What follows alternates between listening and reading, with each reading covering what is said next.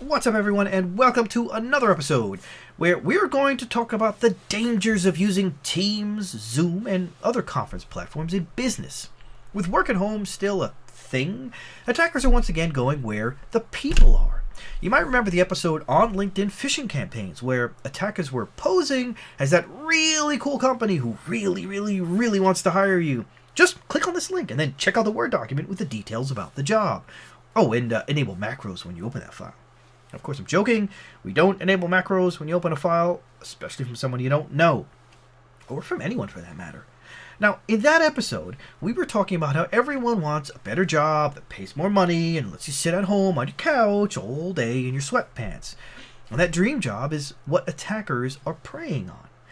In case you missed that episode, the link to that episode is above. Now, in this episode, we're going to take a look at how the bad guys are now using virtual meeting platforms to perform business email compromise attacks, giving employees at companies instructions for transferring maybe millions to scammers' bank accounts all through these virtual meeting platforms.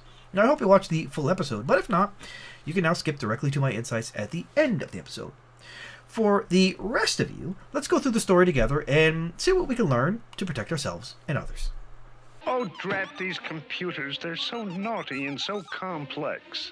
I could pinch... The Federal Bureau of Investigation recently warned that U.S. organizations and individuals are being increasingly targeted in BEC, also known as Business Email Compromise attacks, on virtual meeting platforms.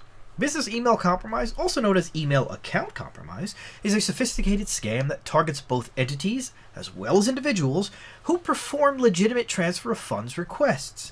Cybercriminals are targeting organizations of any size as well as individuals in BEC attack scenarios.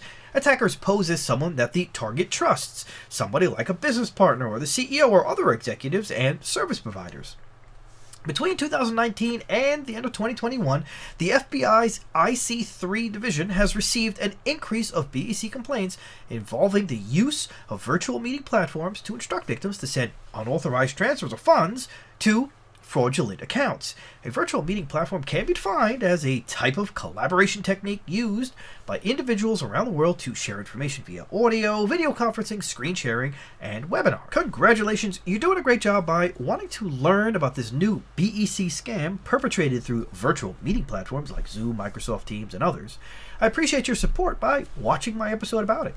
If you are new to my channel and have not already, please consider subscribing to my channel and smashing the bell to be notified when I upload new episodes where I give you insights into the newest, important cybersecurity news stories like this one. With my insights, you can be better prepared to protect your company, your family, and yourself against these and other cyber attacks. So hit the subscribe button now and let's continue to learn about this story together. The FBI's PSA, or Public Service Announcement, warns of a new technique adopted by scammers that are using virtual meeting platforms to provide instructions to the victims to send unauthorized transfers of funds to fraudulent accounts. You want examples? Here are some provided by the FBI regarding the use of the virtual meeting platforms by crooks. Number 1, compromising an employer or financial director's email account, such as like the CEO or the CFO, and requesting employees to participate in a virtual meeting platform where the criminal will insert a still picture of the CEO with no audio, or maybe he'll use deepfake one audio, and he'll claim that the video and audio is not properly working. They then proceed to instruct employees to initiate transfers of funds via the virtual meeting platform chat or in a follow-up email. Here's another one, compromising employee emails to insert themselves in workplace meetings via virtual meeting platforms to collect information on businesses' day-to-day operations. Then you have compromising an employer's email, such as the CEO, and sending spoofed emails to employees instructing them to initiate transfers of funds as the CEO claims to be occupied in a virtual meeting and unable to initiate a transfer of funds via his own computer. Now, the FBI and just about any other internet search you look for would have recommendations like the following. Confirm the use of outside virtual meeting platforms not normally utilized in your internal office setting. So if somebody invites you to some platform you've never used before, you need to think twice. You want to use secondary channels or two-factor authentication to verify requests for changes in something like account information. Like if your partner contacts you and says, we have a new bank, please wire the funds to this new bank, you definitely want to have a way to verify that directly with the customer. You want to ensure the URL, or the partner, you want to ensure the URL in emails is associated with the business individual it claims to be from. You know, your partner sending you all of a sudden an email from Gmail with some excuse like, oh, my mail server's down, so I'm sending it from here. You want to verify that, and you want to be wary of those types of emails. You want to be alert to hyperlinks that may contain misspellings of the actual domain name. So you want to look at the domain name and see, is it Google or is it Gargle? If it's Gargle, you might think twice. Refrain from supplying login credentials or any personally identifiable information of any sort via email. Be aware that many emails requesting your personal information may appear to be legitimate, but they're most likely not.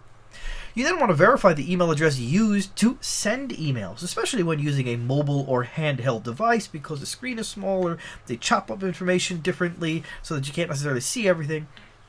So you want to ensure the sender's address appears to match who it is coming from. Again, Google, Gargle, that kind of thing. You want to ensure the settings in the employees' computers for your company are enabled to allow full email extensions to be viewed. Sometimes they say from, and then it says John as opposed to from John at google.com. So you want to make sure that they can see that.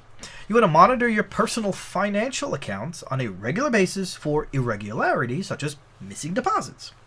So what can we learn? I think the key here is education.